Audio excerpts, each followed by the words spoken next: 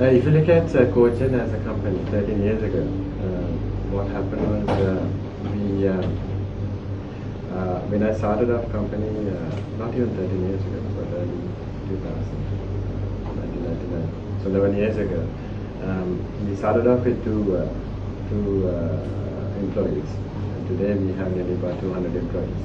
And so in the very beginning, it was very difficult for us to find the software engineers.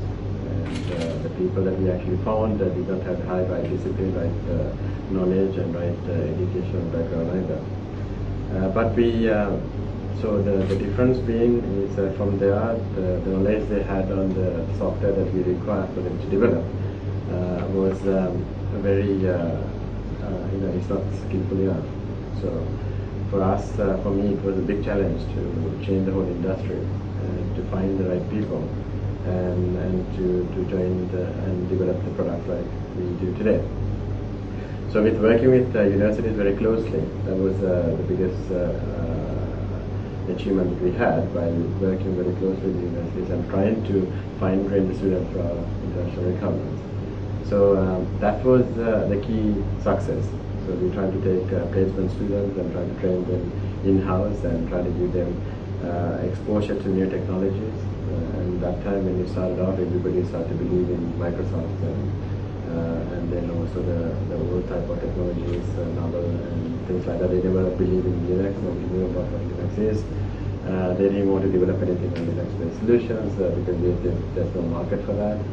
And nobody was developing anything on Java. I don't think the Java is the right thing anyway, but Java, nobody wanted to develop that particular time, so we could not find the right resources in order to develop certain softwares in J2E. So by going and working with the universities, we established a very good relationship with them so that we could change the whole environment. We could change the syllabuses. We could get the right people. So universities have done a tremendous job. So in later stages, few years later, we could get the right caliber of the software engineers. So it actually from 2000 to 2005 it was growing, so that we actually got better and better software engineers coming out from the universities. And then during that particular time, we got one of the best, because as long as you expose our students into the right technologies, they actually start to do a great job. But they were so enthusiastic. They had a very big enthusiasm because there's not a huge market, or they did not have that much of demand at particular time. Because they didn't have the demand, they worked so hard. So they learned every single thing we asked them to learn.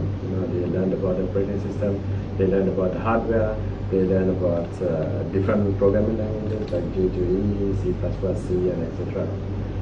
And later stages, what happened was that because the demand has gone up, the students doesn't have that keen of learning a lot of things. So their knowledge is getting lesser because the demand has gone up. So they probably think, okay, we have a big demand. Why do I bother learning about operating systems and hardwares and stuff like that? So they are narrowing their knowledge because they are not exposing enough into the IT field. And because of that, the outcome is the quality of the knowledge on a software engineer in the recent past is not as good as what we have seen in mid of 2000. So if you have demands, if you know that as long as you finish your degree, you will get a job, definitely guaranteed job for very good pay. And you think that why would I bother learning other things? I will just, as soon as I finish my degree, I will get a job. Right? Before it was not like that.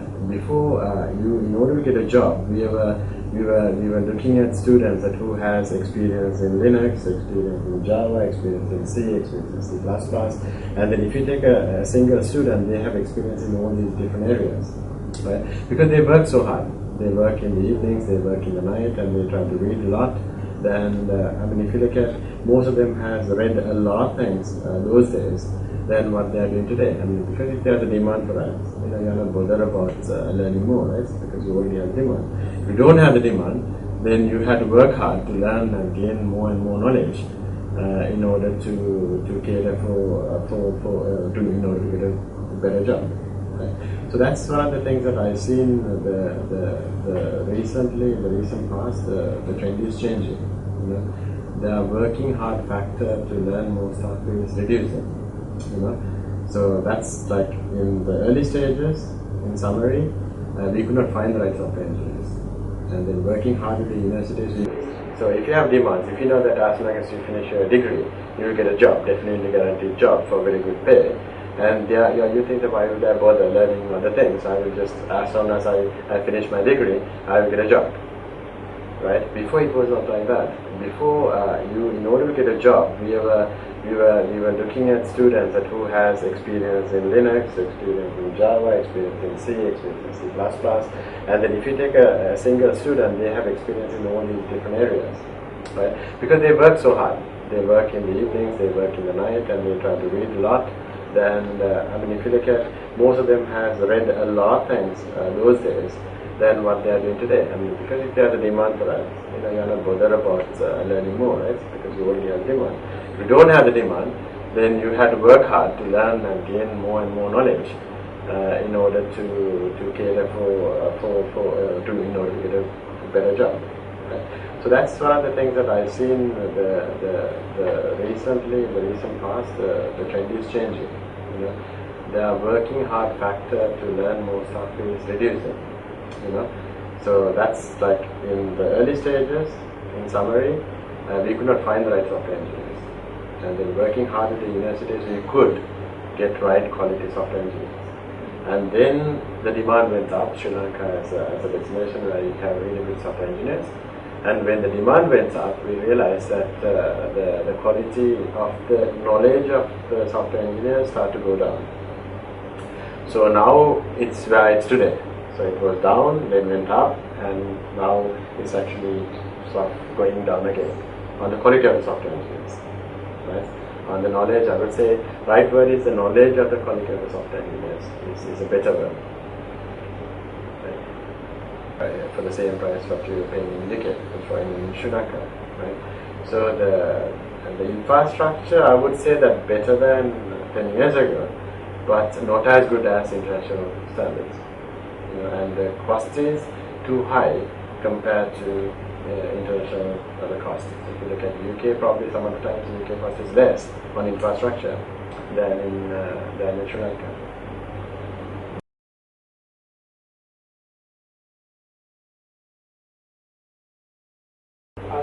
Yeah, within the 10 years, if we have focused to look at the Sri Lankan software engineering, and as a whole is going to contribute huge amount to the success of the country's economy, right? Then I would think that we would have focused a lot more than what we are focusing today. And you can compare that one against India, what India has done, building IT parks, infrastructure by the government, and producing all these things, and even what happened in Korea.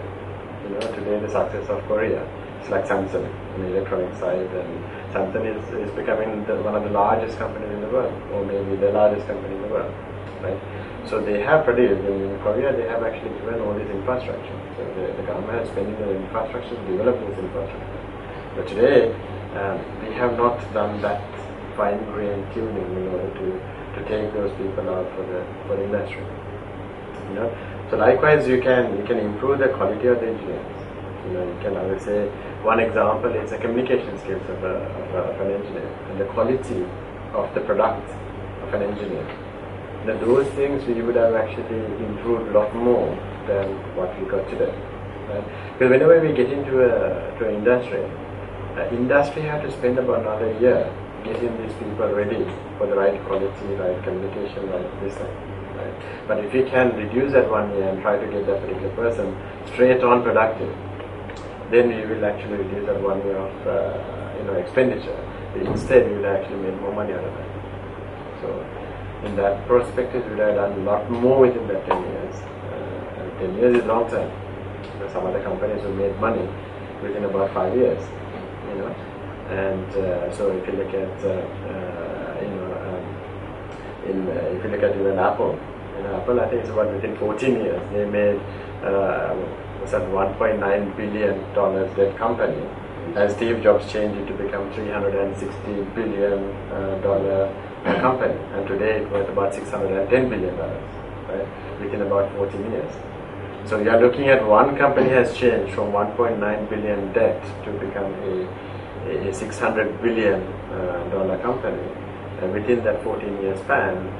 I think as a whole of as a country, we have not done enough. So I think we should do a lot more than that.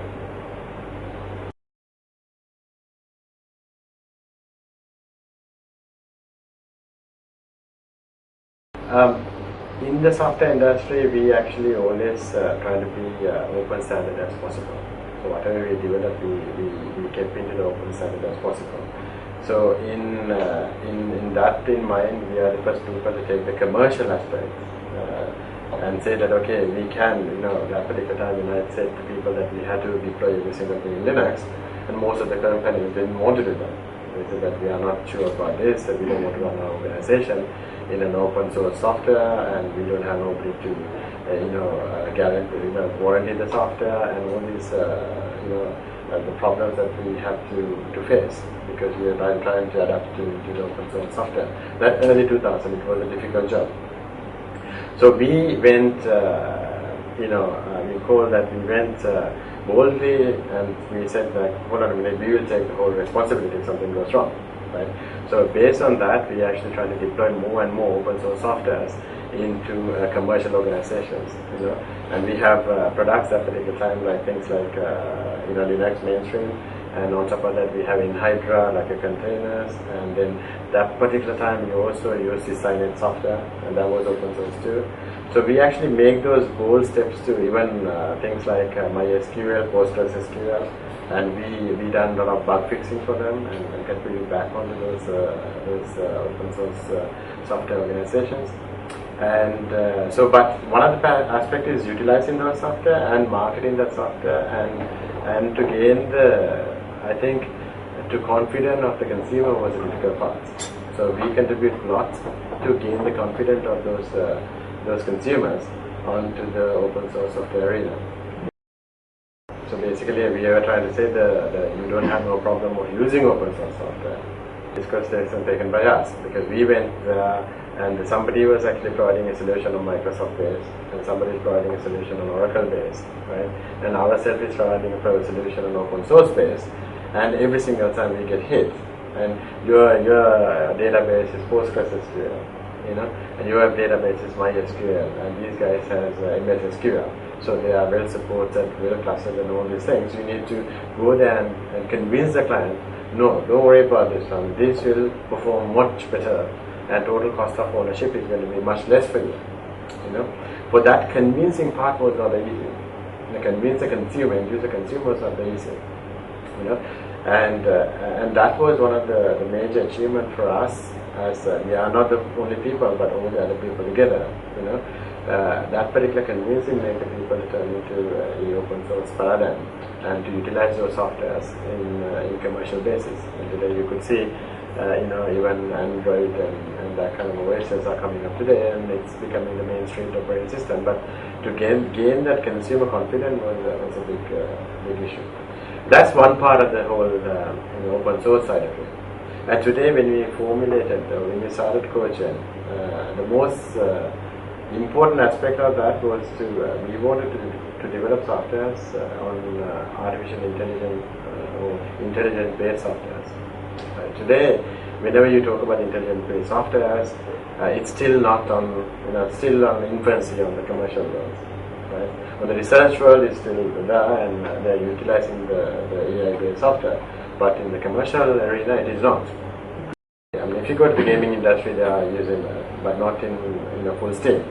So we are trying to take the AI into the commercial arena, into our products, and to say, hey, you don't need to, you can utilize this kind of intelligent software in your commercial products, and you don't have to worry about running all these reports and trying to measure your data, check your data, and try to make decisions. Instead, the computers can make decisions too.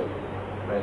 So that's a bigger challenge right now as we speak today, in order to convince the client to say that, okay, now we can go to the next step and we can create softwares where it can make its own decisions. Right? So that way that it will cut down your cost, it will actually increase the efficiencies, and it will increase the turnovers or increase the profitabilities and stuff like that. And so that's another part of the paradigm of things that we actually do today in CodeGen. Next step is to introduce these intelligent softwares and to convince the clients to use that kind of intelligent software and not to worry about the same way that they worried about open source software. So that's another major part that we're looking at as a whole as an industry. Online gaming is one of the first in Sri Lanka. We developed that one in the early 2000s, and we done online gaming software. So we were one of the first people to develop such software in the country. So it was massive success as a software company.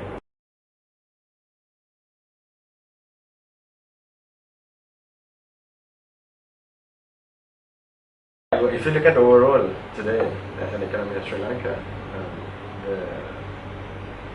if you look at recent figures, 2011 figures of Sri Lankan economy, it's nearly about 800. It's about $800 million. So it's about Sri Lanka requires about $2 billion per month to run. So there's about $1 billion every month. We have a deficit. If you look at the economic figures, that's what I've seen in the papers. Near enough to $1 billion, to 800 million, right? So every month, so we need to make that $12 billion, right? If I sit down and think, how can we make that $12 billion a year, and which industry can make that $12 billion a year, right? I don't know about you, whether tea can make more, or rubber can make more, or coconut can do that, because tea and rubber and coconut we are actually utilizing to the maximum today, unless the tea price or coconut price or rubber price goes up. So if you don't, we had to grow more tea and more rubber and more coconut, right? And then the next one we can think about is Sri Lankan tourism. Right, because we are on the travel industry today. Yes, and then we are actually speaking to one of the largest tour operators in this world, one of the largest airlines in the world, and because of that, we every day is our expertise on the travel industry. So I don't know what is the target. That the next thing I could think is to make money out of the travel industry, right? But the travel industry is extremely competitive today. Everywhere in the world is trying to promote the industry, and also the disposable income of people in Western Europe and Western world are reducing. So because of that reason, expenditure of travel is going to be less, right? At least for the foreseeable future. For the next 5 to 10 years, the expenditure from the Western world on travel is going to be less than what we anticipate is going to grow. So by looking at that, I was just trying to think whether the travel industry can rescue us on that $1 billion deficit. Right? Just the travel industry itself. Sri Lanka, tea, rubber, coconut. After that, next thing is going to be travel industry, right? If you come into different levels, then travel industry. The next one is going to be apparel industry, which is doing very successful, and then also the people going and working abroad. But most of the people who are actually making money abroad are not the skilled people, but all these people who work as in the Middle East and stuff like that. But most of the people who do the skill work, they will never come back to Sri Lanka, they never contribute back to Sri Lanka. That's the unfortunate truth, right? But then what we need to do is that we need to make sure we have to make money out of the skilled labor, right? So the lowest, I would say the lowest investment and highest return industry is actually the software industry. Right? Lowest invest, highest return. Now, if you look at things like, what we need to look at is like the create companies like Google, create companies like Microsoft, create companies like that sort, like Facebook, and then and Apple, we need to have a vision to create that kind of company. So Apple today, I think their income is about $110 billion, so $120 billion. Their profit is nearly about $35 billion to $40 billion, right? So Sri Lanka's income is $12 billion, right? So you could actually run about 3 Sri Lankas with that particular income from one Apple, right? So I firmly believe that if you create one Apple in this country, right, you can rescue the whole country in one overnight, right? And one Facebook in this country, you can contribute to the country significantly, right? And likewise Microsoft or something, and I cannot see the point why we can't do it. Because you don't need special things, right? Software engineers doesn't need special things. All what you need is, I probably think, belief that we can create another Apple, or we can create another Google or Facebook or something like that.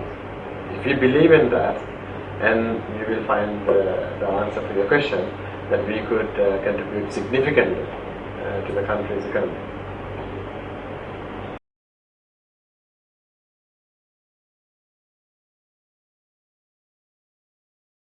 Yeah, but I was thinking about the numbers. I probably, if I look at the numbers and software engineers and the $1 billion revenue stream, right? And in order to make a $1 billion revenue stream, so India is actually mostly they are outsourced software development team, right? And in India you can find a lot of software engineers because the output from the universities are very high, right? So there are a lot of software engineers that you are available in India, right? As compared to Sri Lanka. I don't know the figures, but Sri Lanka compared to India is very small, right? So we cannot compete with India on the basis of BP operations. It's very difficult to compete with India. So what we need to do is we need to create niche software engineers, right? So it has more value than the Indian software. The quality, the knowledge, and what they produce out of it, right? So that is the most important thing. How do we create this nicheness on the software engineer? So if you are selling a software engineer for $5,000, right, and if you can make $15,000 out of a Sri Lankan software engineers, then you are comparing the Sri Lankan software engineers with the Indian software engineers, but purely based on the quality of their production or whatever they come up with, right? So one of the things that we are looking at is also the innovation of the software engineers. And today, the innovation skills are becoming a huge problem. Most of the software engineers today are not innovative. So if you want to create Google or Facebook or something like that, then you need to have a lot of innovative software engineers.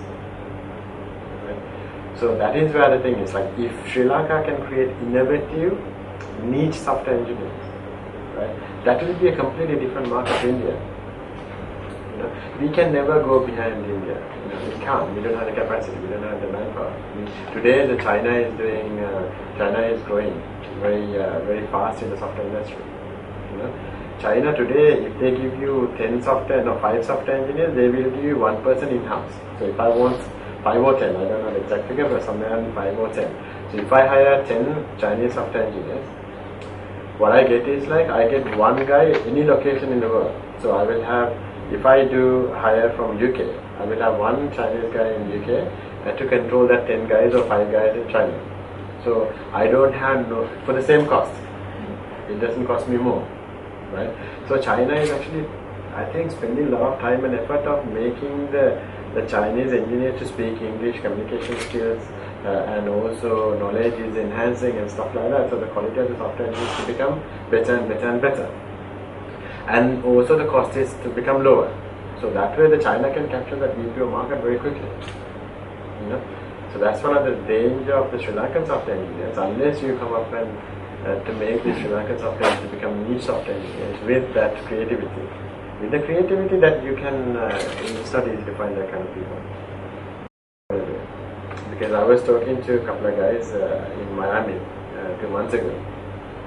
And those guys are working for one of the largest companies in the US. And what they were saying is, we just had a normal social chit chat. So what they were saying is like, if it is strange that why India has never made a significant impact on a product that everybody knows, right? India hasn't done it. Still, it's always Europe and America. Mainly in America, but and some in Europe. But India and Sri Lanka and this region hasn't done that. So India and Sri Lanka definitely has to change to that level. If the China is producing more and more and more, and if they're spending a lot of money on improving the quality of the software engineers, and then it's the same like China has captured every single market. If you want to produce anything, you go to China, right? So matter of time, the China is going to grab that market as well. But we had to always think like how much we invest time and effort compared to China invest time and effort. If you're looking at only a BP operation, and then that way that you'll really see that they are spending a lot of money in China than you do it in Sri Lanka.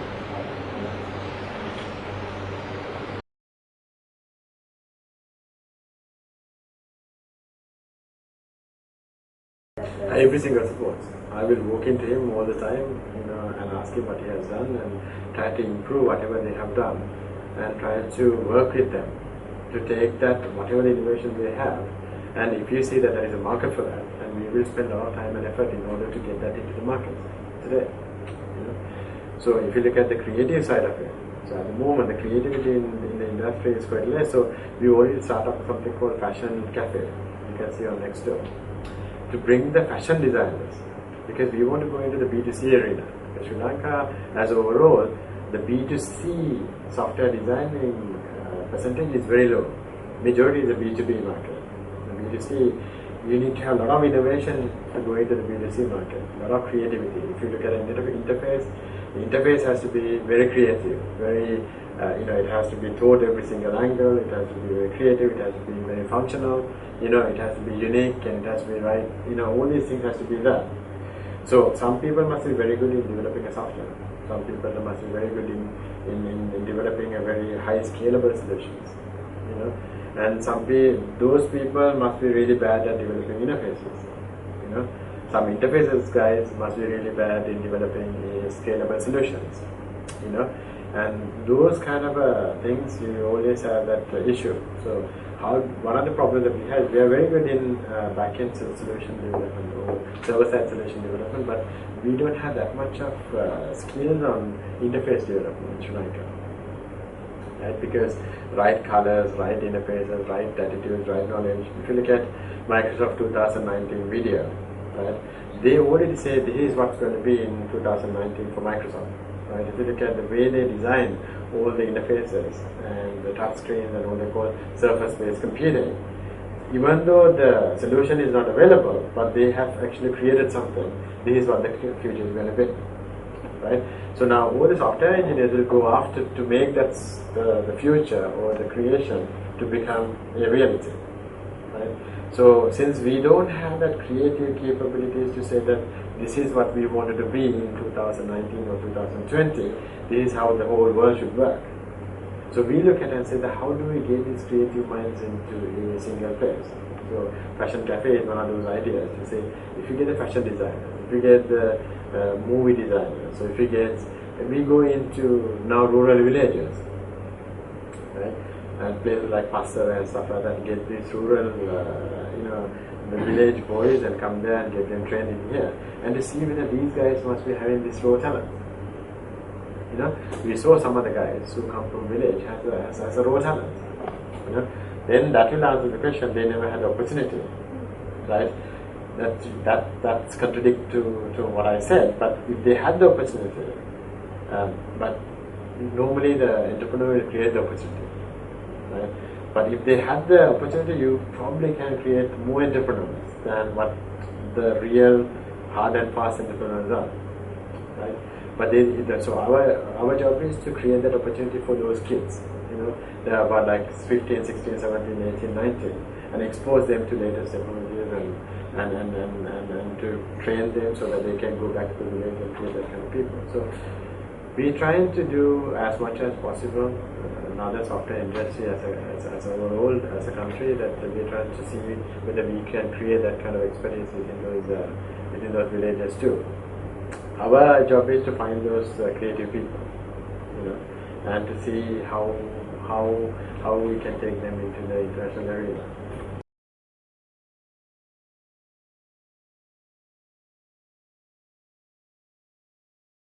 Oh yes, I mean basically it's like the Sri Lankan graduates are one of the best I've seen. I work in so many different countries and software companies, and and different software engineers. And based on that experience, I could say the Sri Lankan software engineers are one of the best I've seen. Right? But the problem is that their intentions are not to become that entrepreneur, not to make Facebook, or not to make Google. They don't have that. I'm not saying that everybody, the majority doesn't have that urge. If you don't have that urge, you never try to become creative. The creative people will have the urge. Today, most of the software engineers are thinking, how much am I going to get from this company? Right? If I work for 1 year, then I want to go and work for another company.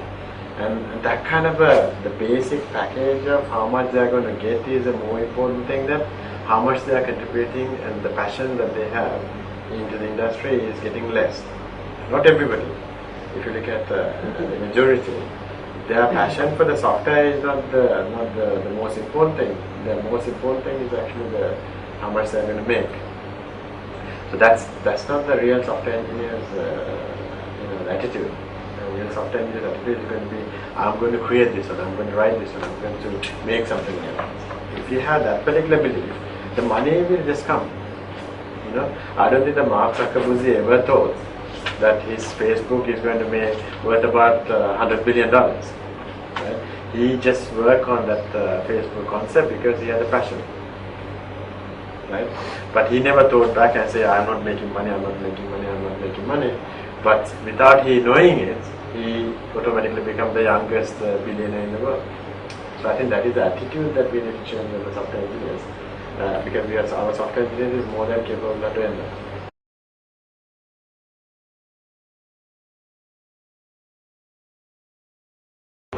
Degree programs is capable, but it depends on the academic knowledge, and also we need to have if you look at the quality of communication, right, that has to be improved somehow. So I could say that we could add that kind of a thing into the syllabus, right? One other thing is like innovation skills of a person is now never been measured in a degree course. Most of the time, if you look at the local projects, most of the time the student will do the project in order to get their degree or pass their degree, right? They don't do the project, mostly, majority of them, they don't do the project just to say that I wanted to develop this one, I want to make this one, I want to make it to work. You can look back and check my statement from the university project to see how many projects on the degree courses or master's courses has actually end up in a product, right? I think we should introduce things like that. How many of them are going to be ended up as a product, and how many of them are to create that passion on developing a product, or passion on developing something new. We should actually introduce something like that into the curriculum. If you do that, the people are automatically thinking or going to think on an innovative basis, rather than just developing a software engineers to become just a software engineers who is developing on somebody else's product. All what I can think is like, if I recruit 100 people, right, how many people I can walk into and say that this guy is wow, this guy is innovative, he has actually wrote something that I was completely amazed, right? And because in CodeGen we have actually created a culture so that you can speak to anybody. We have very flat hierarchy. We don't have this pyramid structure to say that I'm the CEO, I'm this one, I'm that, and that kind of things. But what we have is like anybody who are looking at innovation, purely we are looking at innovation. So they have freedom to innovate, right? Our offices are open 24 hours 7. Whatever they want, we will provide them. But we were looking at how many people are sitting down and trying to make better products and come up with better interfaces and stuff like that. So the classic example is like, if I take that 100 people and I look at and measure and how many people are that caliber and how many people are not in that caliber. So that's a measure I could take. So that's not the right measure, because it's not an overall country measure. Because maybe our recruitment policy must be wrong. Maybe some companies must be getting the right caliber people. Maybe the way we recruit is wrong. Maybe the way we look for people are wrong. So we need to look at and say that, okay, we must be having a lot of mistakes in our organizations too, right? But what we are looking in the end is that pure and sheer creativity of the people. the undergraduates come out from the university, they should have something called finishing school, right? If they have a finishing school where they actually develop their communication skills, and then they will develop the quality of work. So what is the quality that you're expecting from any undergraduate? It doesn't matter whether it's IT or any other discipline, it doesn't matter. But the quality is something that we need to improve, right? Even if you go into the garment industry, you're looking at how it has been stitched and stuff like that. So if you can go, I think it's nicer if you have a finishing school after the degree, and then everybody will recruit after the finishing school. That way, for us, we don't have to spend that much of time and effort in order to get the person into that right quality and right innovation. So I would recommend to have a finishing school.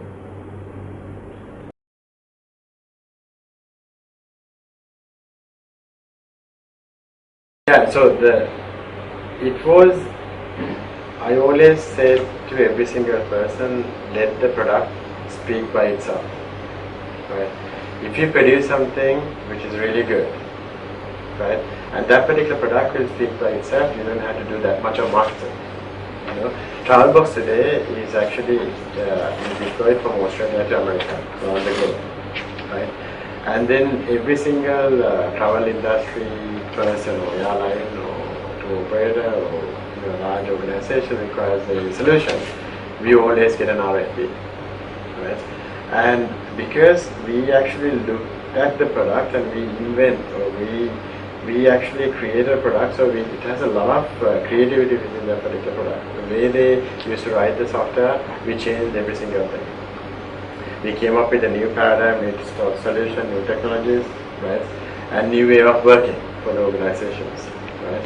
So the product was very good, and today it was internationally recognized, one of the leading solutions in the international market for the travel industry. Right. It became the leader just because it was actually innovative, it was new, it was with the latest technology, right? And everybody actually liked the product, and the interfaces were really good, right? And all these things was carefully thought.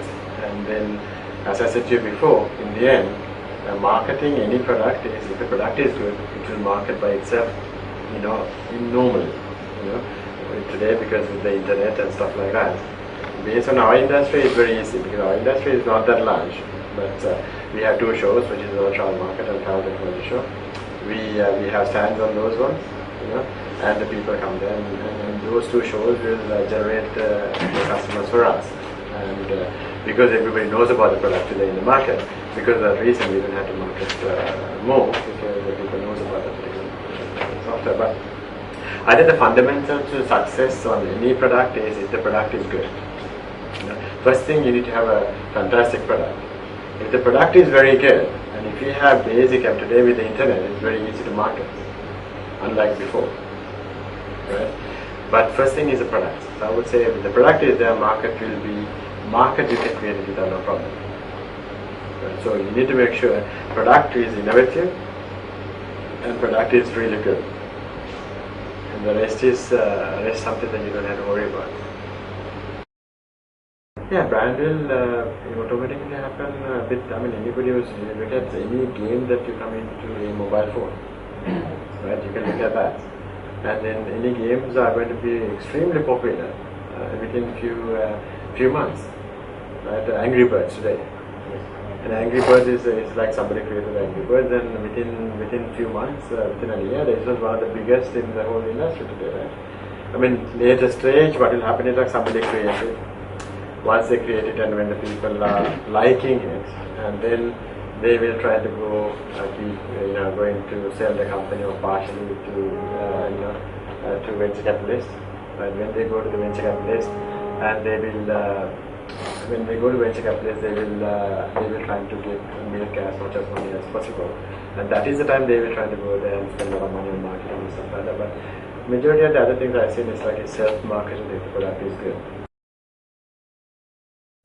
See, like if you are going to concentrate something, right, it's humanly impossible to concentrate on so many different things. If you concentrate on so many different things, then it is very difficult to focus on one thing.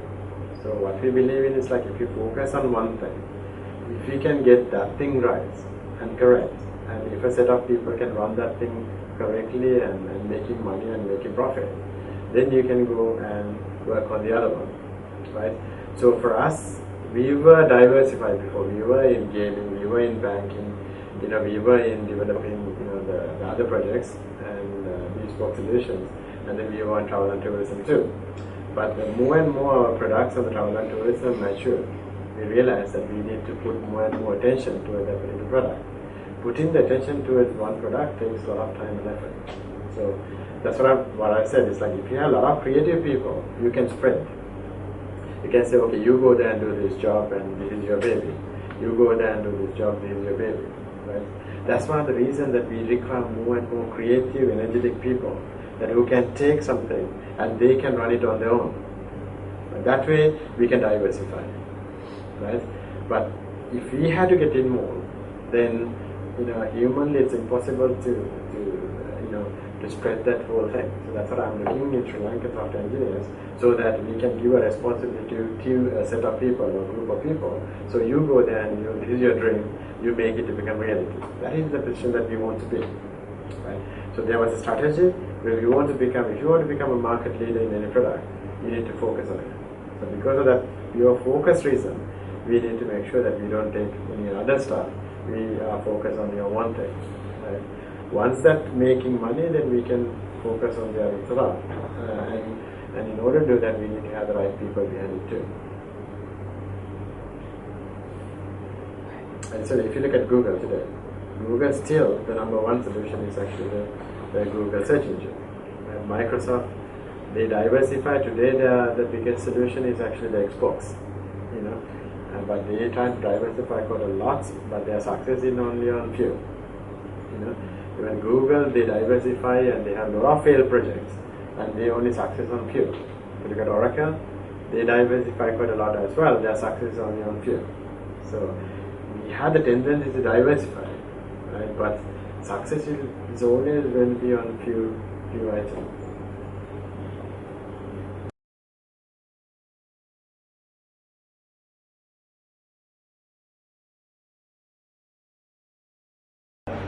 That was actually a huge challenge. That particular time when we created Travel Box, I had to carry my rucksack from one place to another place to another place to another place. I must have walked for hundreds and hundreds of travel agencies to operators, and done demos and demos and demos and demos, right? So that particular time it was not easy. And every single time they look at me and they said, like, you have a fantastic product. We can see there's a huge innovation on this particular product. But because you are still new, you are running in Sri Lanka. Sri Lanka is a war-torn country, and we are not going to put your software into our organization, because whenever you use our software in an organization, they have to replace the entire software by our software, which is TravelBox. So they are taking huge risk of putting their whole organization into a single software, which is developed in Sri Lanka, right? And Sri Lanka at that time was war-torn, and people were thinking that what happened if there's a bomb blast? What's going to happen to organizations? So that was a big risk. But that particular time our software was so good and it looked so cool, the people actually willing to take that risk as well. Right? They took that particular risk. Instead, what happened in return, we had to sell it for cheaper prices than we sell it today. Right? So we sold it for cheaper prices, and all these small to medium operators, always you hear the same story. They said that if you get us, then the people will buy you more because we are in your portfolio, and likewise, but we are not going to go with you unless you charge us 50% less than your value. So they will always undercut us based on that particular story. So finally, we got a huge breakthrough from one of the largest companies in UK called Saga Holidays.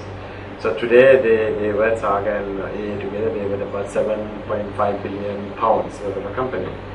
And when they took the risk and they said, like, we believe in you and we will go with you and we will have your software. Once they taken our software, and then after that nobody we did not turn back, because nobody can say that we don't have large clients. Since then, every single person who joined us is become a large client in the international arena. So it was hard work. Internet wasn't and setting this kind of software is not as easy on the internet. You can put a lot of stuff, but you have to do a lot of demo, because this is like it's a huge business process change, and that's a large software.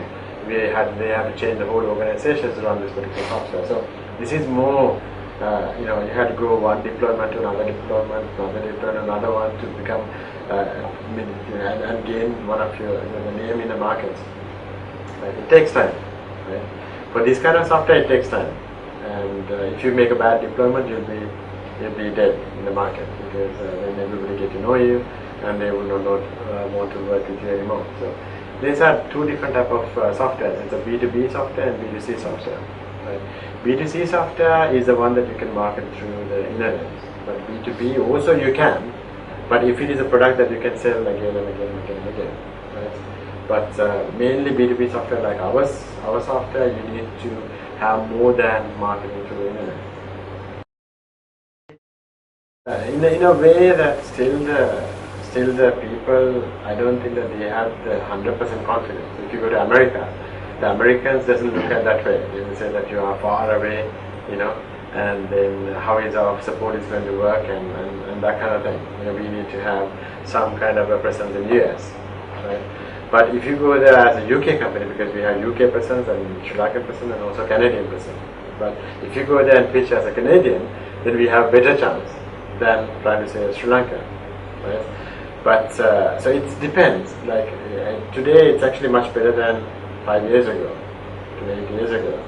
But it's getting better and better and better. But you need to make sure that you will make the confidence of the people. And at the moment, they are gaining the confidence. So it's getting better after the move. The whole thing is changing. And that particular atmosphere is changing, and the people start to believe that the Sri Lanka can produce much better quality products than many other countries.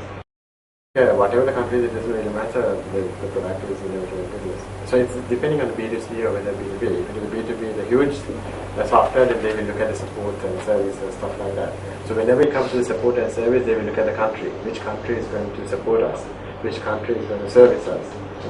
How good the service and support going to be if they are going to operate from Sri Lanka and support us in America. If they're going to operate from Sri Lanka and support us in New York, UK, or anywhere in Europe, they will look at those parameters as well. For that, you need to have, you need to have the bandwidth capabilities. You need to have the quality of the engineers. You need to have the communications very good, and stuff like that has to be improved. We are continuously providing training and communications skill guidance programs and stuff like that in order to increase the quality of the support engineers and also the engineers themselves.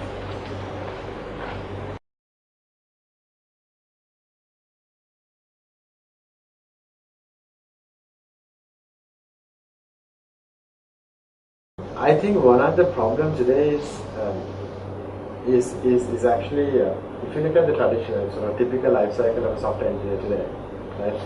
You get a software engineer, not majority, not this I'm talking about. I think probably the majority, not the there's a percentage who are not, right?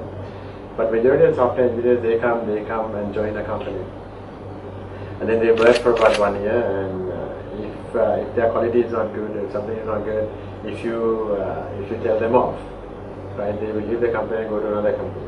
The other company takes them, and they go through the same cycle, and if you are not satisfied, and they move into another company, or else they will work for the same company.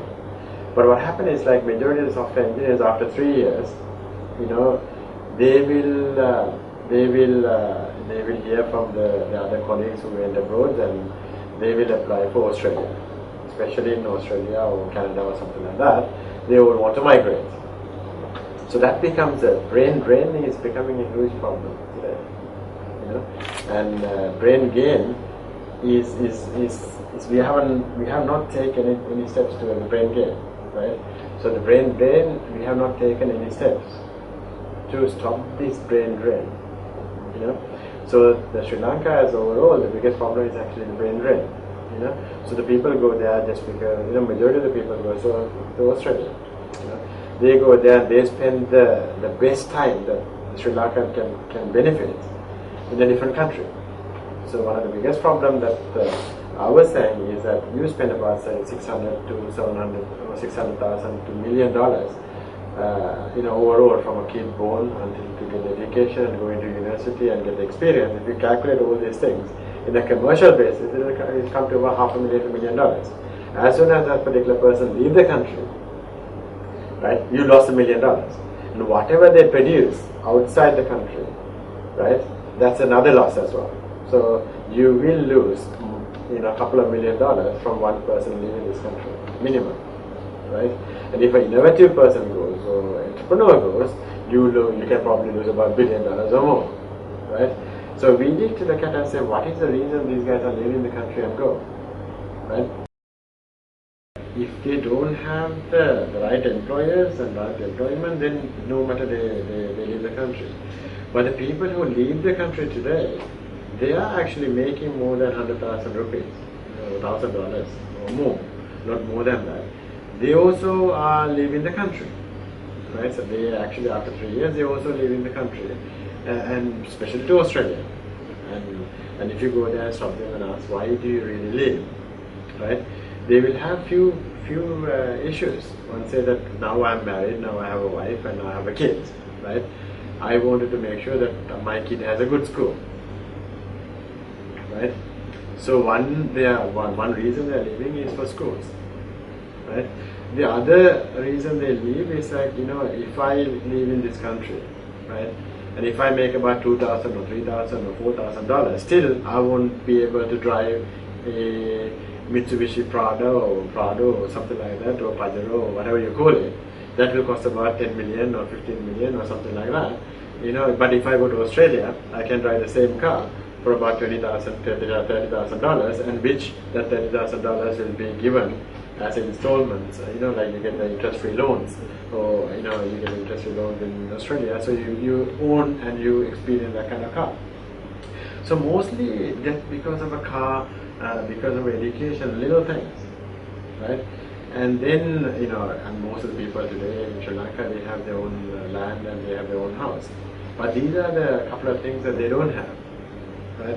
Then if you look at that one, that is one of the reasons that they leave, and they will get a car, they buy a car, then they experience that, and after 10 years later, they decide that I want to come back to Sri Lanka again. That particular time in software industry, the person is not going to be that valuable. The innovation skills has gone down. The eager to create some creative software has gone down. We need that young blood and the young people to return in this country. So we need to do a lot more to keep these people in this country. So that's one of the reasons that we actually propose that why don't you build an expert city? Build an expert city so that it can be started off as a small, but you can increase that so that people can feel the same thing that you feel when you go abroad. You have nice streets and nice buildings and medical center, recreation center, and nice offices, and you will feel exactly the same thing that you feel in Australia or UK or America or something like that. So these are the initiatives that we really need to take in order to retain these kind of people. Maybe give, if somebody is earning more than $2,000 and staying here for 5 years, and they should give a sort of permit or something so they can actually experience the car. Right? Giving that will benefit the industry and also the country, rather than letting them go.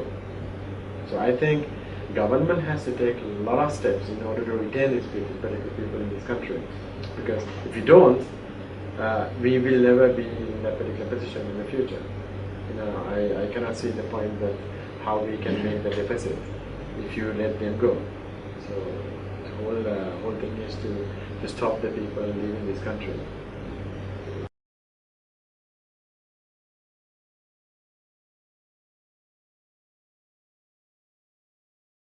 I think that's a big effect, really, because the thing is, like, if I personally prefer the people to know everything,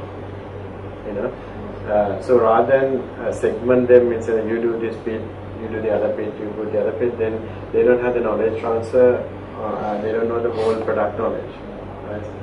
So it depending on if you are doing somebody else's product, so you will have maybe if you are developing on a waterfall cycle, you know exactly what has to be developed, and you have given the requirements, and then you say, okay, you go and develop this page, you go and develop that page, you go and develop that page. In that particular development cycle, then is I think segmenting it's much better, right?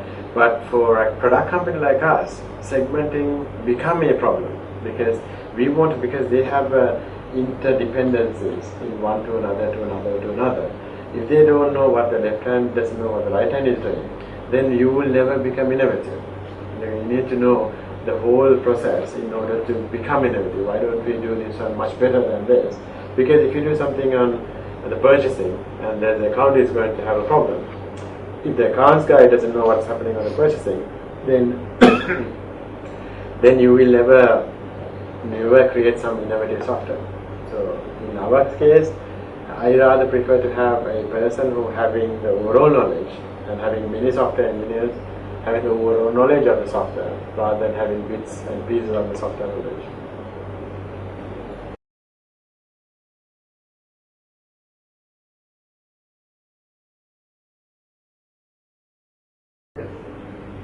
But I believe entrepreneurship is actually within you, right?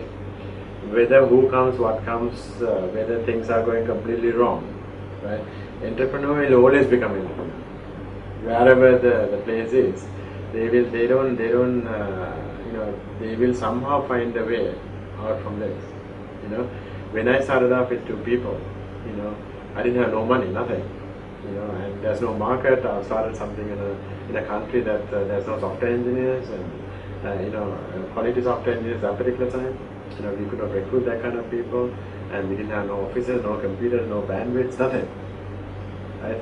But still, we managed to come from there to today where we are today. Right? We don't have a single investment. Nobody has ever made an investment into this company apart from my mother who bought a couple of computers. Right? And no other investment went into the company. So this CodeGen is a self-made company. Every single penny that we invested was the money that we actually made from the company itself. So if we can do that, I think any other guy in this country who want to become an entrepreneur, they can be an entrepreneur. Right?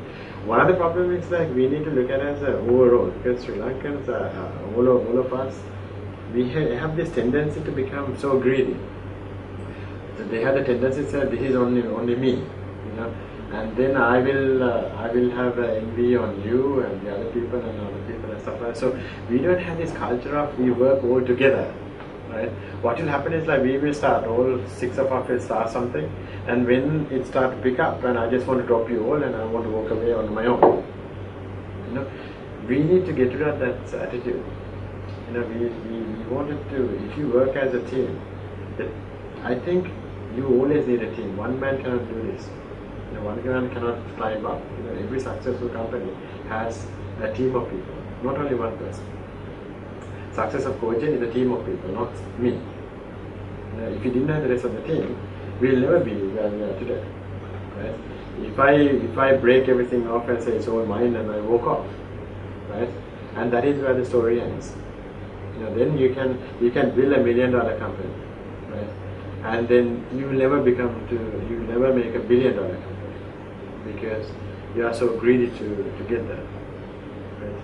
And that is the attitude that we need to change. But most of the time, the people also have the fear. The fear is the other one on entrepreneurs actually losing their entrepreneurship, because every single time, if you look at most of the people, they will make. They will get a degree, they will pass out, get a good job. They start to make certain amounts of money, right? And they buy a house and buy a car, right? And then have children, and they find it now their comfort zone. As soon as they find their comfort zone, they don't want to lose that comfort zone, right? So they would never do anything innovative or to change anything to go out from that comfort zone. That is where that's because they have fear of losing, right? Most of the entrepreneurs are not fear of losing, but there are entrepreneurs that will become multi-million-dollar entrepreneurs, and some of them are billion-dollar entrepreneurs. Most of the billion-dollar guys are never have this fear of losing. They don't have the fear.